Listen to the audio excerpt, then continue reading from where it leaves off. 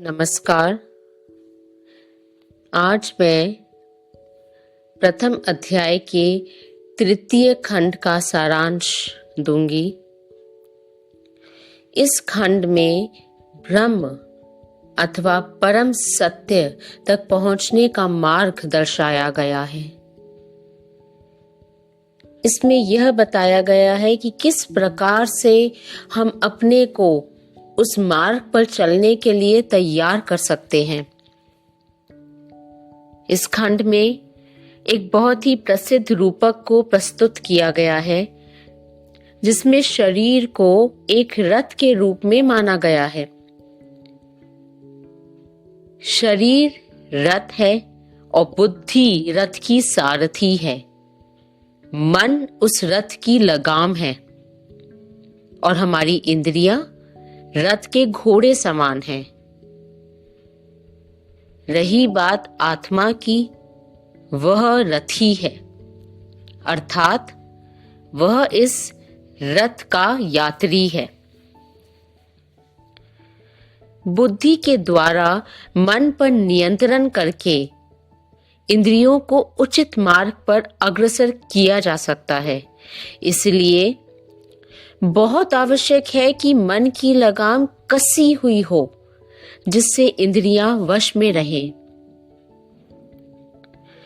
जिस तरह से यदि घोड़े अनियंत्रित हो जाएं, तो रथ कभी अपने लक्ष्य पर नहीं पहुंचता, उसी प्रकार से अनियंत्रित इंद्रियों से ब्रह्म तक नहीं पहुंचा जा सकता। जिस प्रकार गीता में श्री कृष्ण रथ को नियंत्रित कर रहे हैं और अर्जुन को सत्य के मार्ग पर ले जा रहे हैं, उसी प्रकार हमें अपनी बुद्धि को निरंतर ज्ञान से सींचना है, ताकि वह मन एवं इंद्रियों को नियंत्रित करके आत्मा को ब्रह्म के मार्ग पर ले जाए। इस खंड में शरीर रूपक रथ के अलावा एक और मनोहर विचार के बारे में बात की गई है। हमारे यानी मनुष्य और परम सत्य के बीच की विभिन्न बाधाओं के क्रम को बताया गया है। बताया गया है कैसे इन बाधाओं को एक एक करके हम पार करके ब्रह्म तक पहुंच सकते हैं। सबसे निचले स्थल पर है हमारी इंद्रियां, जैसे आंखें जो चाहती हैं सुंदर चीजों को देखना, कान जो चाहते हैं मधुर ध्वनि सुने, जीभ जो चाहती है प्रतिदिन स्वादिष्ट खाना या मिठाई मिले। लेकिन हमें इन इंद्रियों से ऊपर उठना है, इन्हीं को तो हमें वश में करना है। इंद्रियों के ऊपर है मन, जिसके द्वारा हम इन इंद्रियों को नियंत्रित कर सकते हैं, और इस मन के ऊपर है बुद्धि, जिसके विकास से ये चंचल मन नियंत्रित हो सकता है। और बुद्धि के परे है आत्मा,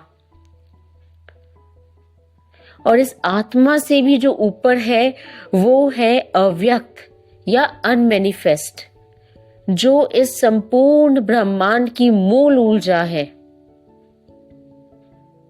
और इस अव्यक्त के भी परे है ब्रह्म,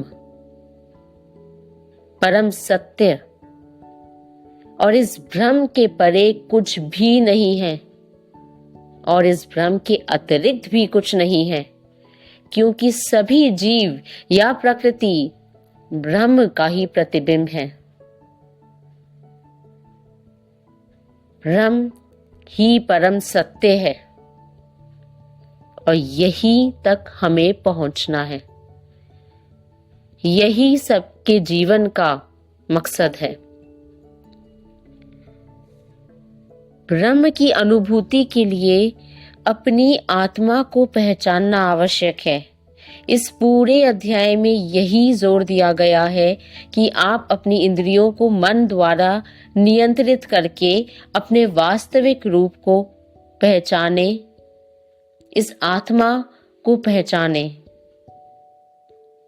जब बाहरी शोर से विचलित न होते हुए इस मन को स्थिर कर सकें, तभी हमें इस आत्मा का बोध होगा।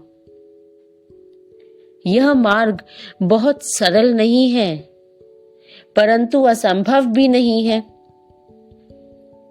निरंतर प्रयास से हम अपने अंदर छिपी आत्मा को अवश्य पहचान सकते हैं और किसी दिन शायद हमें उस परम सत्य की प्राप्ति भी हो जाए। हमारा काम है बस प्रयास करते रहना। ज्ञान से बुद्धि को शक्ति देना, यह बुद्धि हमारे मन को नियंत्रित करेगी और मन हमारी इंद्रियों को। बस इसी तरह हमारे प्रयास से हम एक दिन अपनी आत्मा और ब्रह्म को प्राप्त कर पाएंगे। धन्यवाद।